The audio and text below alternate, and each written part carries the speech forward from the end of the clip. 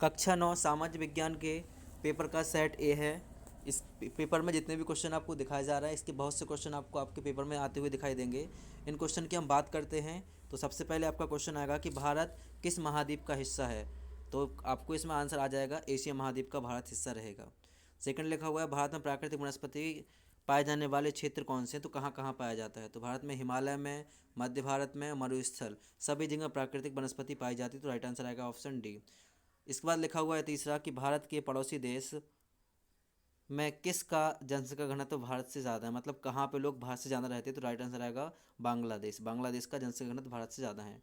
France की क्रांति कब चालू हुई थी, तो फ्रांस की क्रांति का आपका राइट आंसर जो रहेगा वो आपके यहाँ पे 1700 लगा देना, 89। इसके बाद लिखा है दूसरा इंटरनेशनल का संबंध किससे था, सामंतवाद से, पूंजीवाद से, समाजवाद से या साम्राज्यवाद से। तो इसको आपको आपके रिक्त स्थान में देख करके लगाना है। इसके बाद हम देखते नाथसीवाद किस देश में एक विशेष विचारधारा के रूप में उभरा। नाथसीवाद कहाँ पर था, फ्रांस में, इटली में, जर्मनी। तो इसका राइट आंसर आ जाएगा जर्मनी। आगे हम रिक्त स्थान में देखते हैं कि खांसी और जुकाम की दवा के लिए किस पादप का उपयोग करते हैं। तो इसमें आंसर आ जाएगा आपका तुलसी। आगे 2011 की जनगणना के अनुसार भारत की साक्षरता दर कितनी है, कितने प्रतिशत लोग पढ़े लिखे हुए हैं। तो इसमें 73 पॉइंट आ जाएगा। इसमें द सोशल कॉन्ट्रैक्ट किसकी रचना है, ये आपको अपने बुक में चेक करना होगा। प्रथम विश्व युद्ध के लिए किसको जिम्मेदार ठहराया जाता है। वन सेना की स्थापना किस वर्ष की गई थी, और मसाई शब्द किस भाषा पर या किसका शाब्दिक अर्थ है। इसके बाद लिखा हुआ है दुधवा राष्ट्रीय पार्क उद्यान क्या उत्तर प्रदेश में है। तो बिल्कुल सत्य रहेगा। देखिएगा जितने भी क्वेश्चन है सभी के सभी आपके एग्जाम के सेट एक ही क्वेश्चन है, तो आप सबको ध्यान से कर लीजिए। दूसरा लिखा है नाजीवाद यहूदी विरोधी था। भारत एक धर्म निरपेक्ष राज्य है। भारत देश 1950 में स्वतंत्र हुआ था। भारत में बहुमत से चुनाव जीतने वाला दल सरकार बनाता है, और लोकतांत्रिक व्यवस्था में शासकों को कानून का पालन करना होता है। तो बिल्कुल सही है। इसके बाद देखिए मैंने सबके इसका आंसर बता दिए हैं। दोआब किसे बोलते हैं, तो इसका राइट आंसर क्या आ जाएगा कि दो नदियों के बीच का जो भाग होता है उसे दोआब कहते हैं। फूलों की बौछार क्या कहलाता है, तो फूलों की जो बौछार होती है इसे क्या कहते हैं। ठीक है, तो इसका बता देता हूँ। इसका जो रहेगा कहवा आ जाएगा। फूलों की बौछार मतलब फूलों से अपन कॉफ़ी बनाते हैं। ठीक है, बीज से बनती है। भारत का संविधान कब लागू हुआ था, तो 26 नवंबर 1949 को इसके कुछ भाग लागू कर दिए गए थे, बना हुआ था उसी दिन। तो 26 नवंबर 1949 आएगा। धारा किसे कहते हैं, तो धारा क्या होता है, किसी दस्तावेज का खास हिस्सा। ठीक है, धारा कहलाता है। इसके सभी के आंसर आपको सामने लिखे हुए हैं, तो इसमें अलग से कोई आपको दिक्कत नहीं आएगी।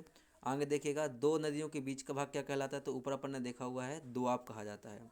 जेट स्ट्रीम क्या है, छुआछूत की समाप्ति का प्रावधान किस अनुच्छेद में है। निर्धनता से क्या आशय है, मनरेगा का क्या उद्देश्य है, बफर स्टॉक क्या है। ये आपके एक शब्द में रहेंगे। बाकी यहाँ से आपके 2 नंबर के क्वेश्चन आंसर चालू होते हैं, तो इन्हें आप ध्यान से कर लीजिए। पहला लिखा हुआ है कि हिमालय के 3 प्रमुख भूभागों के नाम लिखिए।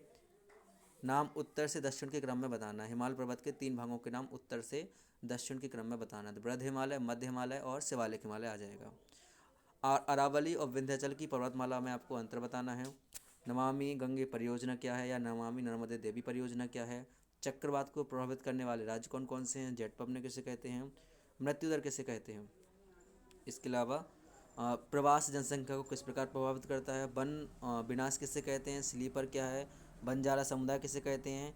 प्रतिभूमि नियमावली की महत्वपूर्ण बातें बताइए। इसके बाद लिखा हुआ है संविधान क्या है, संघीय सरकार किसे कहते हैं, आम चुनाव क्या होते हैं, उपचुनाव क्या होते हैं। इन सभी क्वेश्चन को आप ध्यान से नोट कर लीजिएगा।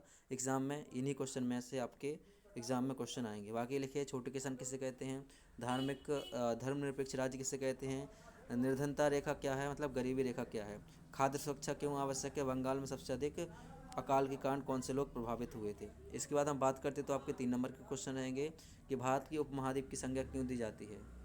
हिंद महासागर में भारत की केंद्रीय स्थिति होने के कोई 3 लाभ बताइए। ये क्वेश्चन आंसर आपको परीक्षा दिन में भी नहीं मिलेंगे, ध्यान से कर लेना आप। अगर नहीं आते हैं तो कमेंट कीजिएगा, मेरे द्वारा आपको इसके आंसर दे दिए जाएंगे। रूसी क्रांति के कोई 2 आपको प्रभाव बताने हैं। लोकतंत्र के 3 मूल बताइए जिस पर कोई लोकतंत्र टिका हुआ होता है, मतलब लोकतंत्र की विशेषताएं लिखनी है। भारतीय संविधान में संशोधन कैसे होता है, संशोधन की प्रक्रिया पूरी आपको समझानी है। 4 नंबर में सबसे पहले आपको एक मानचित्र आएगा, तो मानचित्र आप ध्यान से देख लीजिएगा। इसके बाद क्वेश्चन आंसर रहेंगे कि संवैधानिक अध्यक्ष से आपका क्या अभिप्राय है, तो इसको आप ध्यान से कर लीजिएगा। बाकी और भी जो क्वेश्चन रहते हैं, आप जिस भी क्वेश्चन को आपको डाउट रहता है तो उसके लिए आप कमेंट कीजिएगा, आपको उसका आंसर दे दिया जाएगा।